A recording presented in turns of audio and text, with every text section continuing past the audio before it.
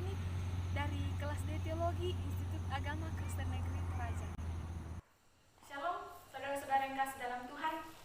Firman Tuhan yang akan kita renungkan pada saat ini yaitu dari Matius 26 ayat yang ke-14 sampai 16. Matius 26 ayat yang ke-14 sampai 16. Firman Tuhan, Yudas mengkhianati Yesus. Kemudian pergilah seorang dari ke-12 murid itu yang bernama Yudas Iskariot kepada imam-imam kepala. Ia berkata, "Apa yang hendak kamu berikan kepadaku supaya aku menyerahkan dia kepada kamu?" Mereka membayar 30 uang perak kepadanya, dan mulai saat itu ia mencari kesempatan yang baik untuk menyerahkan Yesus. Amin. Shalom Bapak Ibu serta saudara-saudara yang kasih dalam Tuhan. Dari pembacaan kita tadi, kita dituntun satu tema yaitu setia sampai akhir, di mana kita harus meneladani kesetiaan Yesus meskipun kita menghadapi berbagai pencobaan dalam kehidupan kita. Saudara-saudariku yang kekasih di dalam Tuhan, apa yang terlintas dalam pikiran kita atau apa yang kita pikirkan ketika kita mendengar kata setia?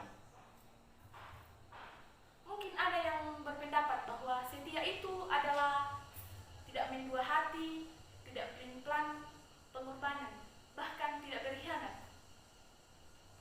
Saudara-saudara yang kasih dalam Tuhan, ada dua hal pokok yang disampaikan firman Tuhan kepada kita lewat pembacaan kita saat ini, yaitu yang pertama, ketidaksetiaan Yudas atau pengkhianatan Yudas.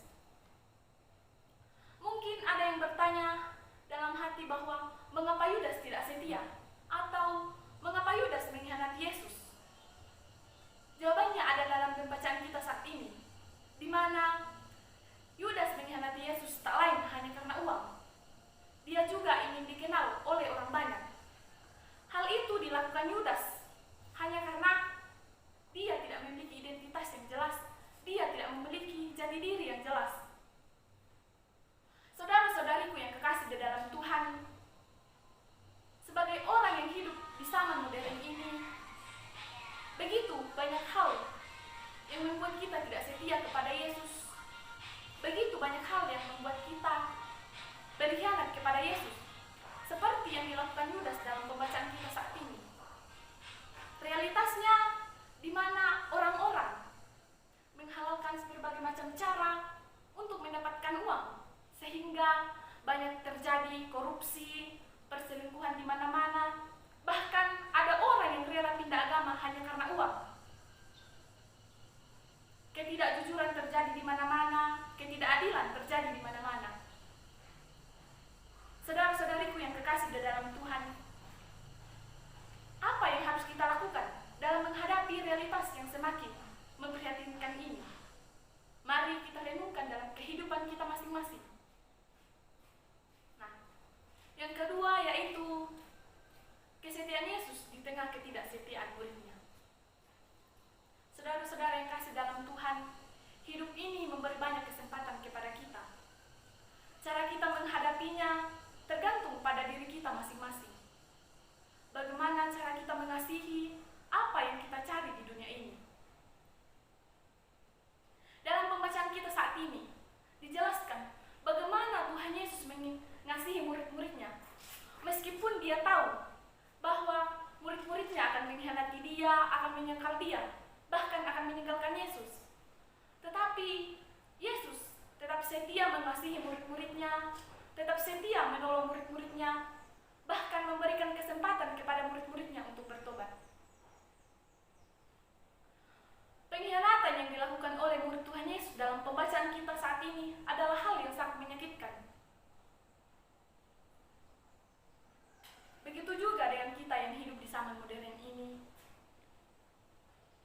Begitu banyak pengkhianatan yang kita lakukan.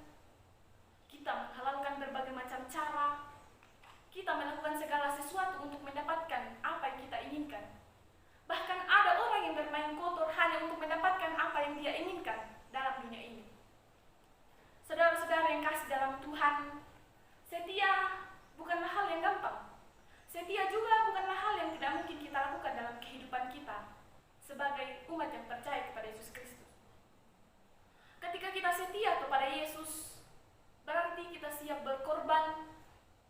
rela, menderita, bahkan bersedia untuk memikul salib.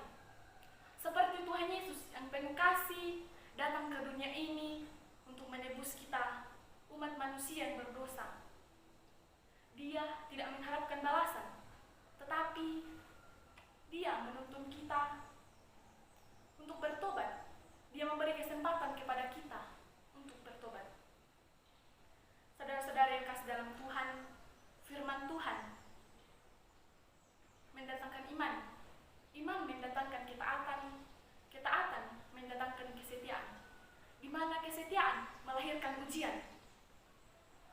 Karena setiap anugerah membutuhkan pertanggungjawaban. Mari orang tua serta saudara-saudaraku yang kekasih di dalam Tuhan, kita jalani kehidupan kita ini, kita andalkan Tuhan dalam kehidupan kita ini, kita setia mengikuti Yesus Kristus lewat tindakan kita, tutur kata, dan sikap hidup kita. Amin, firman Tuhan. Saudara-saudara yang kasih dalam Tuhan, semoga firman Tuhan yang telah kita dengarkan bersama-sama boleh mengambil bagian dalam setiap langkah kehidupan kita, boleh kita praktikkan dalam setiap langkah kehidupan kita, terlebih dapat menjadi tuntunan dalam menjalani kehidupan ini. Karena pemberian Tuhan yang terbaik bukanlah harta, melainkan apa yang kita anggap sebagai kemalangan, Tuhan menyebutnya sebagai kesempatan. Mari kita jalani kehidupan kita ini dengan meneladani kesetiaan Yesus dalam kehidupan kita. Shalom. Terima kasih, Tuhan Yesus memberkati kita semua. Amin.